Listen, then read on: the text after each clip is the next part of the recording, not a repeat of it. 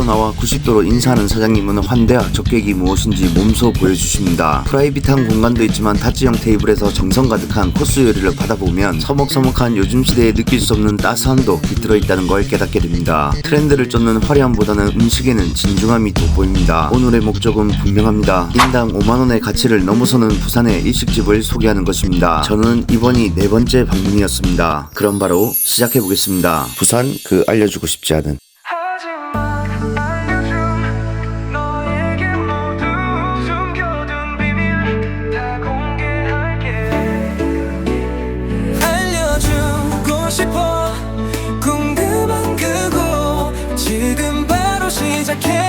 하지만 알려줘.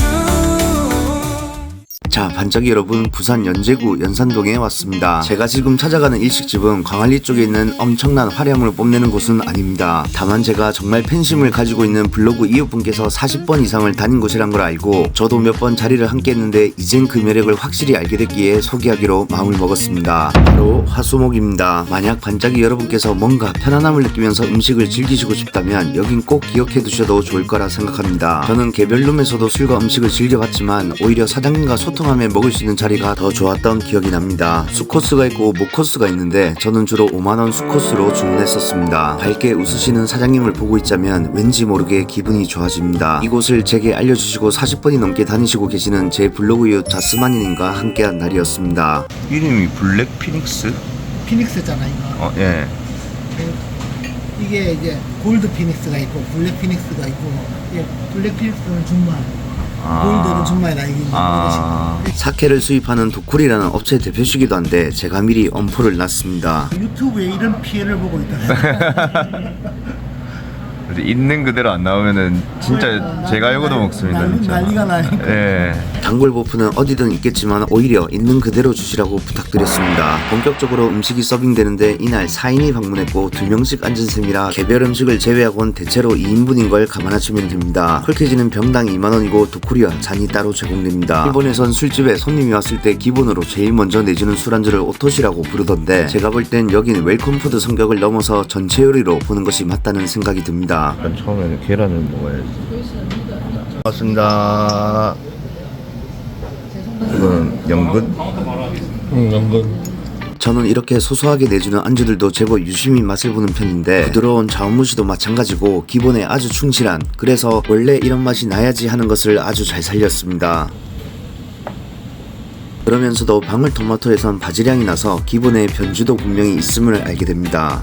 전체 요리에 사케를 곁들이고 있으면 다음으론 해산물 파트가 시작됩니다. 해산물이 하나둘씩 도착하는데 아시다시피 구성은 그때그때 달라집니다.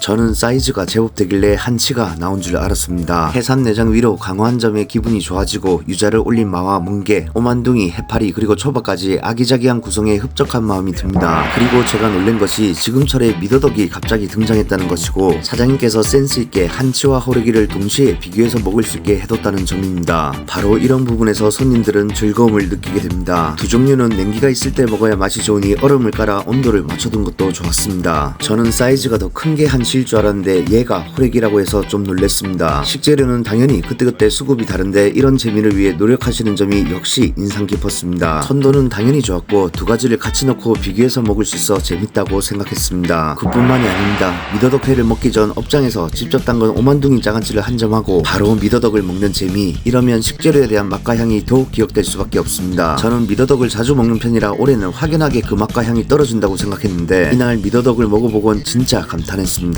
이럴 때 저는 식재료를 다루는 분이 달라 보입니다. 멍게도 달큰 쌉싸리한 맛이 제대로여서 좋았고 초밥은 기본 초밥의 형태였지만 배를 채우기엔 충분했습니다. 사케를 한 잔 마시고 해삼내장의 꼬릿하지만 진득한 맛도 즐겨보고 해산물을 이것저것 먹고 있으면 사장님께서도 즐거운 분위기를 맞춰주십니다. 감사합니다. 사장님 감사합니다. 고맙습니다. 너무 감사합니다. 네.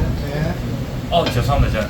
제가 그러다가도 손님께서 나가시면 후다닥 문 밖까지 쫓아가서 배웅하는 모습에서 참 자신의 일을 사랑한다는 느낌도 받게 됩니다. 소금이 등장했다는 것은 화수목의 숙성회가 나온다는 신호가 됩니다. 여느 일식집에서도 마찬가지겠지만 화수목은 횟감마다 사장님의 노하우로 안정적인 숙성의 감칠맛을 선보입니다. 갑오징어가 조금밖에 없어서 진짜 딱 8등분에 있습니다. 지금껏 나온 음식을 떠올려본 뒤 5만원이란 주어진 예산 안에서 선보이는 화수목의 숙성에는 한 번쯤은 드셔볼 가치가 있다고 생각합니다. 요게 2017년도에 일본 전국 블라인드 사케 1등한 술. 음식과 술에 조예가 남다른 이웃분이 있다는 건 큰 행복입니다. 참돔을 소금에 찍어 맛보길 추천해 주셨는데 먹어보면 식감도 살짝 쫀득한 듯 하면서 소금 덕택에 단맛과 감칠맛도 부각돼서 만족스러웠습니다. 칼집을 섬세하게 넣은 갑오징어는 진득한 맛과 향이 좋았고 광어 지느러미는 특유의 식감과 고소함이 잘 느껴져서 좋았습니다. 제가 네 번째 방문 만에 확실히 들었던 생각은 이 가격대의 코스 요리를 내는 집 중엔 정말 인상적인 구성과 맛이다라는 것입니다. 홍새우의 달달함을 느껴보고 크게 썰어낸 연어도 먹어보면 맛이 괜찮습니다. 이날은 원물의 사이즈가 그렇게 크지 않았다고 솔직하게 말씀도 해주시던데 그런 이야기를 듣고도 먹으면서 크게 떨어지는 맛은 없었다고 생각했습니다. 숙성회를 다 먹고 나면 스이모노, 그러니까 따뜻한 국물과 함께 재밌는 광어구이도 도착합니다. 이 타이밍에 먹는 심플한 조개국은 맛이 없을 리가 없고 가지와 함께 토마토 소스가 주제가 된 광어구이도 충분히 입을 즐겁게 해줬습니다. 토마토 소스라니까 나름 재밌네 이거.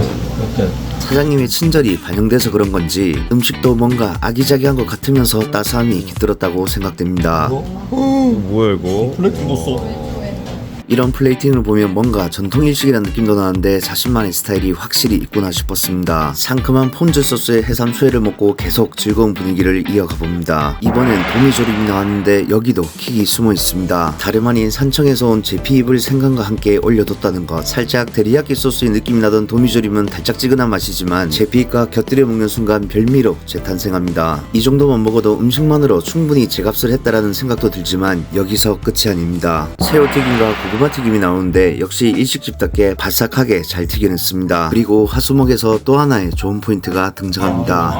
아, 네, 감사합니다. 이것도 진짜 특이한 거야. 아니 이렇게 일식집에서 밥 이렇게 해가지고 매운탕 이렇게 주는 것도 요거는 원래 일식집에 안 넣으면 너무 좋은 것 같아. 날치알과 멸치, 갈치 속젓을 올려 비벼 먹을 수 있게 둬서 매운탕과 함께 먹으면 그 조합이 참 잘 어울립니다. 우리 한국인들에겐 최적화된 코스입니다. 드디어 마지막 후식으로 디저트가 나오는데 크림을 데워 굳힌 판나코타가 나와서 또 의외성을 줍니다. 오래전 사장님께서 제빵에 대한 열망도 있으셨다고 들었는데 그런 부분들이 녹아있지 않나라는 생각도 해봤습니다. 오. 자스마니님께서 선물로 다같이 먹을 모찌를 따로 챙겨오셨는데 저는 이런 부분에서 단골 손님과 사장님의 건전한 관계도 생각해보게 됩니다. 모찌가 다 거기서 거기지라고 생각했다가 희한한 그릭 요거트 모찌를 먹어보고선 제가 따로 브랜드를 물어보기도 했습니다. 그냥 먹어도 될 텐데 또 굳이 잘라서 이쁘게 담아주셨습니다. 차이 너무 많이 나잖아. 저는 이날 확실히 알게 됐습니다. 화수목의 진짜 본질은 사장님의 환대와 적객에 있었다는 사실을요. 사장님 감사합니다. 잊지 않고 돌려주세요. 계산 좀.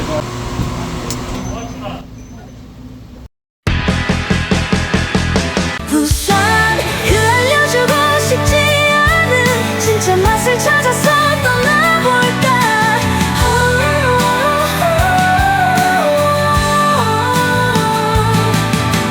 햇살 가득 머금은 숨은 맛집 혼자만 알기엔 너무 아까워.